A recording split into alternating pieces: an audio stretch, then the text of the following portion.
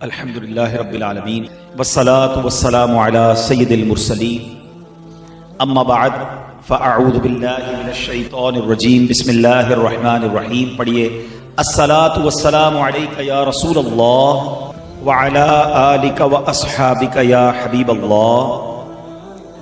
الصلاة والسلام علیک یا نبی اللہ وعلی آلک واصحابک یا نور اللہ. لائف میں کئی بار ایسا ہوتا ہے، کوئی ایکسیڈنٹ ہوتے ہوتے رہ جاتا ہے، کوئی ٹھوکر لگتے لگتے رہ جاتی ہے، کوئی اچانک سے گاڑی پہ بریک لگتا ہے. اب آپ یہ دیکھیں کہ اس وقت زبان سے کیا نکلتا ہے. جس کی زبان پر درود و سلام رہتا ہے، اولیاء کرام کے نام رہتے ہیں، آپ دیکھیں جھٹکا لگتے ہی ان کی زبان سے زور سے نکلتا ہے یا رسول اللہ یا غوث پاک لا الہ الا اللہ. کیوں نکلا بھائی؟ کیونکہ اندر یہ بھرا ہوا تھا، جھٹکا لگا تو وہی باہر نکلا. اور کچھ لوگ ایسے ہیں کہ جب ان کو دھکا لگتا ہے، جھٹکا لگتا ہے تو گالیاں نکلتی ہیں. ایک جملہ ہے نا بڑا مشہور، برتن سے وہی چھلکتا ہے جو برتن کے اندر ہوتا ہے. آپ دودھ کا پیالہ لے کر جائیں، ٹھوکر لگے گی کیا گرے گا؟ دودھ ہی گرے گا نا. اور اسی میں کیچڑ بھرا ہوا ہو، گندگی بھری ہوئی ہو، اب ٹھوکر لگے گی تو کیا نکلے گا؟ وہ کیچڑ نکلے گی، گندگی نکلے. اندر کیا بھرا ہے ہم نے؟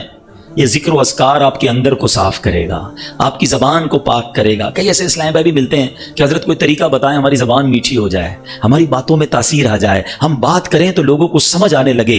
واللہ اس زبان کو اللہ اور اس کے رسول کے ذکر سے تر کرو، تمہاری باتیں میٹھی ہونا شروع ہو جائیں گی، تمہاری باتیں سمجھ آنے لگنا شروع ہو جائیں گی. کیونکہ یہ زبان رب کی نعمت ہے، اور نعمت کی جو قدر کرتا ہے اللہ اس نعمت میں اور برکت ڈال دیتا ہے. اللہ مجھے اور آپ کو اپنی زبان کا پراپر یوزج کرنے کی توفیق عطا فرمائے. آئیے مل کر محبت کے ساتھ درود پاک پڑھ لیں. صلو علی الحبیب صلی اللہ تعالی علی محمد صلی اللہ علیہ وسلم. میری خود انسپریشن ہے کچھ لوگوں کے بارے میں، کاروباری ہیں، کوئی بہت بڑا مذہبی نام نہیں ہے، مگر روز کے 15,000 درود پاک پڑھتے ہیں، 20,000 درود پاک پڑھتے ہیں. وہ پتہ کیا کرتے ہیں؟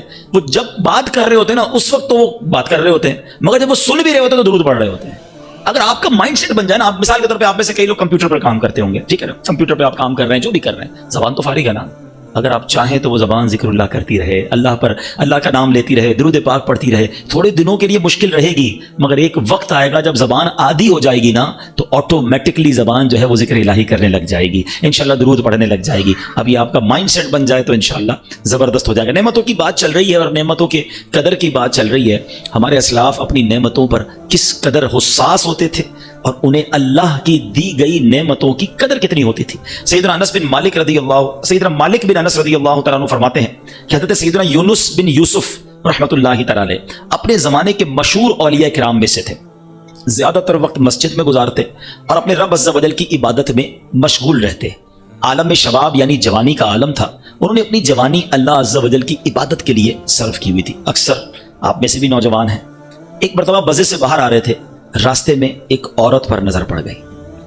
دل کچھ دیر کے لیے اس کی طرف مائل ہو گیا، لیکن پھر فوراً اپنے فعل پر نادم ہوئے کہ یہ میں کیا کر رہا ہوں، حرام دیکھ رہا ہوں. اب اللہ سے دعا کی کہ اے اللہ، اے میرے پروردگار، بے شک تو نے مجھے آنکھیں عطا فرمائیں جو کہ بہت بڑی نعمت ہے، لیکن مالک مجھے خطرہ لگ رہا ہے کہ کہیں ان آنکھوں کی وجہ سے میں عذاب میں مبتلا نہ ہو جاؤں، یہ آنکھیں مجھے ہلاک نہ کر دیں. اے میرے پروردگار میری آنکھیں واپس لے لے، میری آنکھوں کی بینائی سلب کر لے. اللہ سے دعا کی، جیسے ہی دعا سے فارغ ہوئے آپ کی آنکھیں چلی گئیں. اب آپ نے کیا کیا؟ نماز تو پڑھنی تھی، مسجد تو جانا تھا، عبادت گزار تھے، اپنے بھتیجے کو ساتھ رکھ لیا کہ اب وہ نماز کی اوقات میں مسجد لے جائے، کوئی کام ہو تو وہ کام کر دے. وہ مسجد میں چھوڑ دیتا اور بچوں کے ساتھ کھیلنے چلا جاتا. آپ مسجد میں ہوتے، عبادت کرتے. ایک دن ایسا ہوا آپ مسجد میں بیٹھے تھے تو اپنے جسم پر آپ کو کوئی چیز رینگتی ہوئی نظر آئی، محسوس ہوئی. اب آپ کو تو سمجھ نہیں آ رہا تھا وہ کیا ہے. آپ نے بھتیجے کو آواز دی، وہ بچوں میں کھیلنے گیا ہوا تھا، کوئی ہیلپ آؤٹ نہیں کر پا رہا تھا. آپ پریشان ہو گئے. آپ نے پھر اللہ کی بارگاہ میں دعا کی، اے اللہ تو نے مجھے آنکھوں سے نوازا، بہت بڑی نعمت تھی، مجھے خوف ہوا کہ کہیں میں آنکھوں سے گناہ نہ کر بیٹھوں، عذاب میں مبتلا نہ ہو جاؤں. میں نے دعا کی، تو نے میری آنکھیں واپس لے لیں، مگر مولا اب مجھے خوف یہ ہے کہ اگر میری آنکھیں نہ آئیں تو یہ میری آزمائش میرے لیے رسوائی کا باعث نہ بن جائے. میرے مولا کرم کر دے، مجھے اس مصیبت سے بھی بچا لے، میری آنکھیں واپس لوٹا دے. ابھی آپ نے دعا کی، اللہ نے آنکھیں واپس لوٹا دے.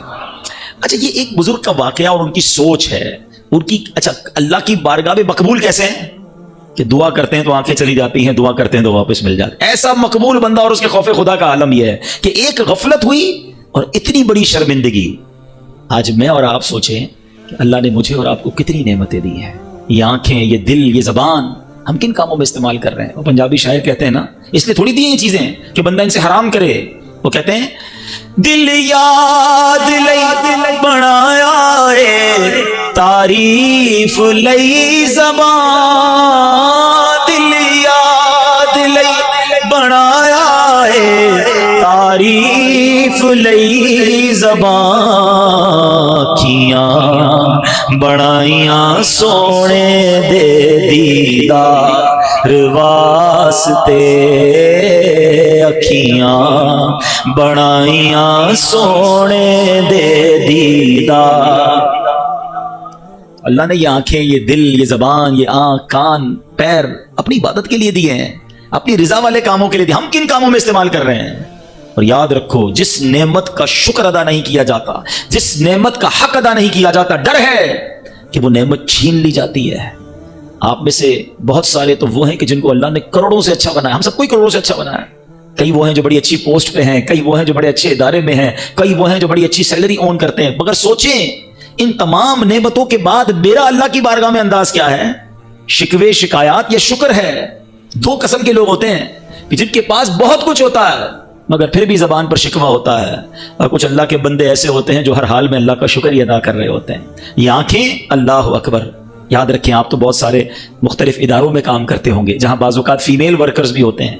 اپنی آنکھوں کی حفاظت کرنا یہ بہت ضروری ہے۔ سرکار مدینہ صلی اللہ تعالی علیہ وسلم نے مولا علی شیر خدا کرم اللہ تعالی وجہ الکریم سے فرمایا، ترمذی شریف کی حدیث ہے، اے علی ایک نظر کے بعد دوسری نظر نہ کرو، یعنی اگر قصدن، یعنی اچانک بلا قصد، بغیر ارادے سے، ان انٹینشنلی کسی عورت کی طرف نظر پڑ جائے تو ہٹا لو، دوبارہ نظر نہ کرو، کہ پہلی نظر جائز ہے دوسری نظر جائز نہیں۔ اب شیطان ہے نا، اس میں کہتا ہے پہلی نظر نہ ہٹاؤ، دیکھتے رہو پہلی باری میں، وہ تو جائز ہے۔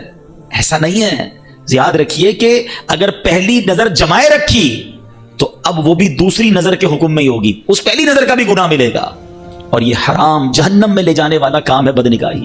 آنکھوں میں جہنم کے کیل ٹھوکے جائیں گے، جو اپنی کانوں سے حرام سنتے ہیں ان کے کانوں میں پگھلا ہوا سیسا ڈالا جائے گا۔ کبھی آپ نے دیکھا یہ دونوں جو آرگنز ہیں کتنے نازک ہیں؟ موسٹ سینسیٹیو آرگنز ان اور باڈی کون کون سے ہیں؟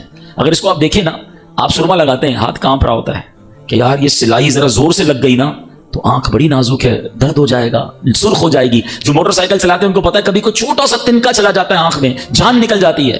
یہی کان ایئر بڈ استعمال کرتے ہیں، تھوڑا سا زور سے کرے تو درد شروع ہو جاتا ہے، اتنے نازک ہیں۔ اگر جہنم کے کیل ٹھوکے گئے، یہ جہنم کی آگ ڈالی گئی تو کدھر جائیں گے؟ تو ہمیں اللہ کی نعمتوں کی قدر کرنی ہے۔ آنکھیں اللہ نے دی، کان اللہ نے دیے، زبان اللہ نے دی، ہاتھ اللہ نے دیے، پیر رب نے دیے، پھر اس کے ساتھ اللہ نے بہترین روزی دی، علم عطا کیا آپ کو، معاشرے میں عزت دی ہے، اور سب سے بڑھ کر تو رب نے مسلمان بنایا ہے۔ ہم ان نعمتوں کے بارے میں کیا اپنا انداز اپنائے ہوئے ہیں؟ یاد رکھیے رب کریم، اچھا پھر اللہ کریم کو بندہ کون سا پسند ہے؟ بدقسمتی سے ہم دونوں معاملے میں الٹے چلتے ہیں۔ حالانکہ مسلمان کا، مومن کا حال روایتوں میں آیا بڑا نرالا ہے، اس کے فائدے فائدے ہیں۔ وہ تکلیف میں ہوتا ہے تو صبر کرتا ہے، صبر کرتا ہے تو کیا ہوتا ہے؟ ان اللہ مع الصابرین، اللہ کی رحمت ساتھ ہو جاتی ہے۔ نعمت میں ہوتا ہے تو شکر کرتا ہے، پھر کیا ہوتا ہے؟ لئن شکرتم لازیدنکم، تم میرا شکر ادا کرو میں تمہیں اور عطا کروں گا۔ دونوں طرف بینیفٹ میں ہے نا، مومن کا ہر حال برکت والا ہے۔ تکلیف بھیجی، صبر کر کے اللہ کے قریب ہو گیا، نعمت بھیجی، شکر کر کے اللہ کے قریب ہو گیا۔ مگر دونوں میں حال برا ہے، ادھر کہ تکلیف آتی ہے تو بے صبری کرتے ہیں، نعمت ملتی ہے تو ناشکری کرتے ہیں۔ ذرا سنیے گا کہ حدیث پاک ہے کہ 3 روایتیں ہیں، ایک روایت سنتے ہیں، اس میں سے 2 آوازوں پر دنیا و آخرت میں لعنت ہے۔ کون سی 2 آوازیں ہیں؟ نمبر 1، نعمت کے وقت باجا، مصیبت کے وقت چلانا۔ یہ کتنی عجب بات ہے کہ نعمت ملتی ہے تو ناچ گانے میں پڑ جاتا ہے، اللہ کو نافرمانی، اللہ کی نافرمانی میں پڑ جاتا ہے، مصیبت آتی ہے تو چلانے میں لگ جاتا ہے۔ یہ دونوں ہی غلط کام ہے۔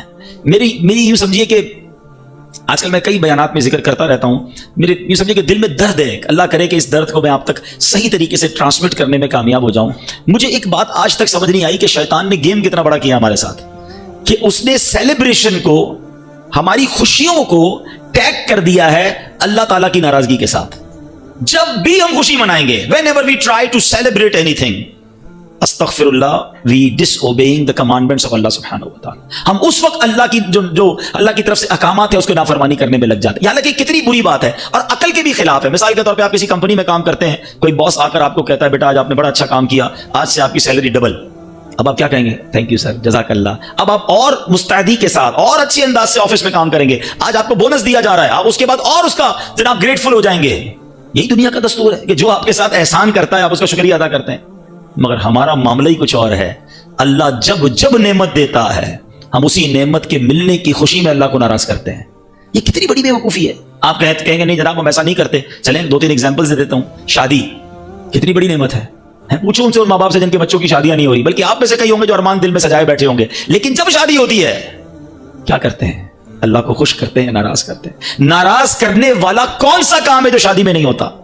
ناچ گانے، ڈھول تماشے، آتش بازی، رنگ پارٹیاں، ماد اللہ. اب تم کہتے ہو اللہ نے نعمت دی، اللہ ہی کو ناراض کر رہے ہیں. اور ہم نے دیکھا ہے کچھ لوگ کہتے ہیں یار بچے کی شادی پر لاکھوں روپے خرچ کیے مگر وہ شادی کے بعد خوش نہیں ہیں، لڑائی جھگڑے ہیں، اولاد نہیں ہو رہی. یار تم نے اللہ کو ناراض کرنے والا کون سا کام تھا جو نہیں کیا تھا؟ اب کیسے اللہ سے رحمت کی اور نعمت کی اور برکت کی امید رکھ رہے ہو؟ اسے تو غضبناک کر دیا نا تم نے. اچھا یہی شادی کے بعد بچہ ہو گیا، بچے کی برتھ ڈے منانی ہے، خوشی منانی ہے، کیا کریں گے؟ میوزک، ڈھول تماشے، کوئی ایسا کام جو اللہ کو ناراض کرنے والا ہو. اچھا اللہ نے نیا گھر دیا، نئے گھر کی دوستوں میں پارٹی کرنی ہے، کیا کریں گے؟ اس پارٹی میں کوئی ایسا کام کریں گے جو اللہ کو ناراض کرنے والا ہو. اچھا جناب جاب لگ گئی ہے، اب اپنے فرینڈز کو پارٹی دینی ہے، اس جاب کی پارٹی میں کیا ہوگا؟ کوئی نہ کوئی اللہ کو ناراض کرنے والا کام کیا جائے گا. آپ لسٹ بنا لیں، جب بھی celebration, farewell party, anniversary, happy new year, ہر نعمت پر اللہ نے جب جب تمہیں خوشی دی ہے تم نے اللہ ہی کو ناراض کیا ہے. پھر کہتے ہو میری نعمتیں نہیں بچتی. یہ کیسی خوشی ہے یار؟ مجھے بتائیے نا کہ وہ خوشی کیسی ہے کہ میں انجوائے کر رہا ہوں، میں سیلیبریٹ کر رہا ہوں، میں خوشیاں منا رہا ہوں، میری فیملی خوش ہے، میرے دوست خوش ہیں، مگر جس نے خوشی دی ہے وہ ناراض ہو رہا ہے. مجھے بتاؤ نا. آج ایک نیت کر لو پلیز، میں سمجھتا ہوں میرا بیان وصول ہو جائے گا. آج ایک نیت کر لو کہ میں ایسی خوشی نہیں مناؤں گا جس میں میرا رب ناراض ہو جائے. میں ہر بار ایسے خوشی مناؤں گا. خوشی منانے سے کوئی منع نہیں کر رہا. آپ بالکل بچے کی برتھ ڈے منائیں، بالکل شادی میں کھانا کھلائیں، بالکل جناب آپ اپنے نئے سال کی خوشی منانی ہے منائیں. آپ کو جو اللہ نے نعمت نیا گھر لیا دعوت کھلائیں، اچھے کپڑے پہنے، اچھے کھانے بنائیں. کس نے منع کیا ہے؟ مگر شریعت کی باؤنڈری کے اندر رہ کر. تفاخر نہ ہو، تکبر نہ ہو، دکھلاوا نہ ہو، اچھی نیتیں ہوں. مسلمانوں کو کھانا کھلائیں، اچھا لباس پہنیں، دوستوں کے ساتھ مسکراہٹوں کا تبادلہ کریں، تحائف دیں. کیوں حرام کام کرنا ہے کہ ایسا نہیں ہو سکتا؟ میرا نیا گھر ہے، میرے دوستوں کو بلایا، قرآن خوانی کی، نعت خوانی کی، اللہ رسول کا ذکر کیا، سب نے کھانا کھایا، میں بھی خوش، دوست بھی خوش، میرا مالک بھی خوش. آج سے یہ نیت کر لو کہ میں نے خوشی ایسے منانی ہے. یہ نوجوان ہے نا، آپ کو اسٹینڈ لینا پڑے گا. آپ اپنے والدین کو بتا دیں کہ میری شادی میں کوئی اللہ کی ناراضگی والا کام نہیں ہوگا. اس کا میں آپ کو نقصان بتاتا ہوں. آپ کس کے لیے کریں گے یہ سارا؟ دولہا تھوڑی ناچتا ہے، دولہا تھوڑی یہ سارے کام کر رہا ہوتا ہے، اس کے دوست کر رہے ہوتے ہیں نا. آپ کو پرابلم کیا ہے؟ یار دوست کیا کہیں گے، کوئی اللہ گلہ نہیں، کوئی حرام کام نہیں ہے، رشتہ دار کیا کہیں گے. مجھے ایک بات بتاؤ، شادی کے بعد لائف کس کو گزارنی ہے؟ آپ کو، اپنی وائف کے ساتھ، اپنے بچوں کے ساتھ، آنے والی نسلوں کے ساتھ زندگی تم نے گزارنی ہے. اور تم اس زندگی کو گزارنے کے ابتدا میں اپنے رب کو ناراض چند دوستوں کے لیے کر رہے ہو. وہ دوست چلے جائیں گے، برباد تم ہو جاؤ گے، ناراض رب تم سے ہو جائے گا. مجھے نہیں کرنی ایسی خوشی چند دوستوں کی خاطر، چند رشتہ داروں کی خاطر، چند جناب رسم و رواج کی خاطر کہ میرا مالک ہی مجھ سے ناراض ہو جائے. آج یہ اصول بنا لو زندگی کا کہ جب خوشی منانی ہے ایسی منانی ہے کہ رب کو بھی راضی کرنا. میں ایک صاحب سے ملا، بڑا کمال کا کام کیا انہوں نے، بہت اللہ نے نوازا ان کو. کہتے ہیں میں جب بھی اپنے ایک بچے کی شادی کرتا ہوں نا، 7 غریب بچوں کی شادیاں بھی کر دیتا ہوں. میں کوئی ہلا گلا نہیں کرتا، کوئی فنکشن نہیں کرتا. 4 غریب بچوں جوڑوں کو بلاتا ہوں، ان کے سارے جو بھی خرچے ورچے پورے دے دیتا ہوں اور اللہ سے دعا کرتا ہوں اللہ ان 4 جوڑوں کی برکت سے میرے بچوں کو خوشی عطا فرما. دیٹس دی وے. مناؤ نا خوشی. کس نے منع کیا ہے؟ اسلام میں انجوائمنٹ منع نہیں ہے، سیلیبریشن منع نہیں ہے، خوشی منع نہیں ہے، لیکن ایک باؤنڈری ہے نا. اس باؤنڈری سے اچھا یہ باؤنڈری پتہ نہیں کیوں لوگوں کو بری لگتی ہے. آپ کی آفس کی باؤنڈریز ہوتی ہیں، آپ کے آفس کے رولز ریگولیشن ہوتے ہیں، اس ٹائم پر آنا ہے، اس ٹائم پر جانا ہے، یہ بولنا ہے، یہ نہیں بولنا ہے. کئی ملکوں کی باؤنڈری ہوتی ہے کہ ملک کے اندر فلاں حکومت کے خلاف، فلاں ادارے کے خلاف بات نہیں ہوگی. جب اس ملک میں رہ کر ملک کے قانون پر عمل کرنے کے لیے آپ تیار ہیں، کمپنی میں جا کر کمپنی رولز کو فالو کرنے کے لیے تیار ہیں، ایون یونیفارم کو فالو کرنے کے لیے تیار ہیں، مسلمان ہو کر اسلام کے رولز فالو کرنے کے لیے تیار نہیں ہے. عجب مذاق بنا ہوا ہے. میں پہلے مسلمان ہوں، نبی پاک کا امتی ہوں، اور واللہ یہ بھی شیطان کا وار ہے یار وہ والی انجوائمنٹ نہیں کرتے تو مزہ نہیں آتا. ارے مسئلہ یہ ہے کہ تم نے گناہوں کی لذت دیکھی ہے، تم نے ذکر اللہ کی لذت دیکھی نہیں ہے. جس نے ساری رات شراب کی لذت دیکھی ہے اس نے تہجد کے سجدوں کی لذت دیکھی نہیں ہے. جس نے محبوب کی غزلوں کی جناب لذت دیکھی ہے اس نے مدینے کی یاد میں رونے کی لذت دیکھی نہیں ہے. اس طرف آ جاؤ، زندگی نور علی نور ہو جائے گی. اللہ مجھے اور آپ کو اپنی اللہ کو راضی کرنے والے اعمال کرنے کی توفیق عطا فرمائے۔ اور اسی طرح جب کوئی تکلیف آ جائے، کوئی امتحان آ جائے تو شکوہ نہ کریں، شکایت نہ کریں، زبان پر صبر رکھیں۔ اللہ نے پھر بھی آپ کو کروڑوں سے اچھا بنایا ہے۔ کبھی کے دن بڑے ہوتے ہیں، کبھی کی راتیں بڑی ہوتی ہیں، ہر رات کے بعد صبح ہے، ہر دھوپ کے بعد چھاؤں ہے۔ تھوڑے دنوں کے لیے تمہیں آزمایا گیا ہے اور اسی آزمائش میں تم فیل ہو گئے ہو۔ ایک طرف تو نعرہ لگاتے ہیں کہ میں پنجتن کا غلام ہوں، اور پنجتن پاک کو تو کیسا آزمایا گیا، ان کی زبان پر تو شکوہ نہیں تھا۔ آج تھوڑی بیماری، تھوڑی قرضہ، تھوڑی روزی میں اگر تنگی آئی، جاب تھوڑے دنوں کے لیے چھوٹ گئی تو تمہاری زبان پر شکوہ ہے۔ یہ انداز درست نہیں ہے۔ شاعر کہتے ہیں نا، زبان پر شکوائے رنجو علم لایا نہیں کرتے، زبان پر شکوائے رنجو علم لایا نہیں کرتے، نبی کے نام لیوا غم سے گھبرایا نہیں کرتے۔ تو گھبرانا نہیں ہے، آزمائش آئے اٹینشن میں آ جائیں، میرا وقت آ گیا ہے، ایگزامینیشن آ گیا ہے، اور اب مجھے اس ایگزام پر پورا اترنا ہے، کیونکہ قرآن کہتا ہے وَلَنَبْلُوَنَّكُمْ بِشَيْءٍ مِّنَ الْخَوْفِ وَالْجُوعِ وَنَقْصٍ مِّنَ الْأَمْوَالِ وَالْأَنفُسِ وَالثَّمَرَاتِ۔ قرآن نے تو لسٹ بھی دے دی ہے، ہم ان قریب تمہیں آزمائیں گے، بھوک کے ذریعے، کاروبار بھی کم ہوں گے، کچھ جان میں بھی پرابلم آئے گی، بیماری بھی آئے گی، کچھ بچوں کے بھی مسائل آئیں گے، تمہارے پھل باغات اور مال کم ہو جائیں گے، مگر جو اس کے بعد صبر کریں گے، آگے قرآن کہتا ہے ریوارڈ کیا ہے، وَبَشِّرِ الصابرین، خوشخبری ہے صبر والوں کے لیے، الذین اذا اصابتهم مصیبہ، جب مصیبت میں گرفتار ہوتے ہیں تو کہتے ہیں قالوا انا للہ وانا الیہ راجعون، ہم اللہ ہی کی طرف سے آئے ہیں، اللہ ہی کی طرف لوٹنا ہے۔ تو صبر والے بن جائیں، شکر والے بن جائیں، زندگی کے مزے لیں گے، ہمیشہ خوش رہیں گے۔ اللہ مجھے اور آپ کو صابرین اور شاکرین میں شامل فرما دے۔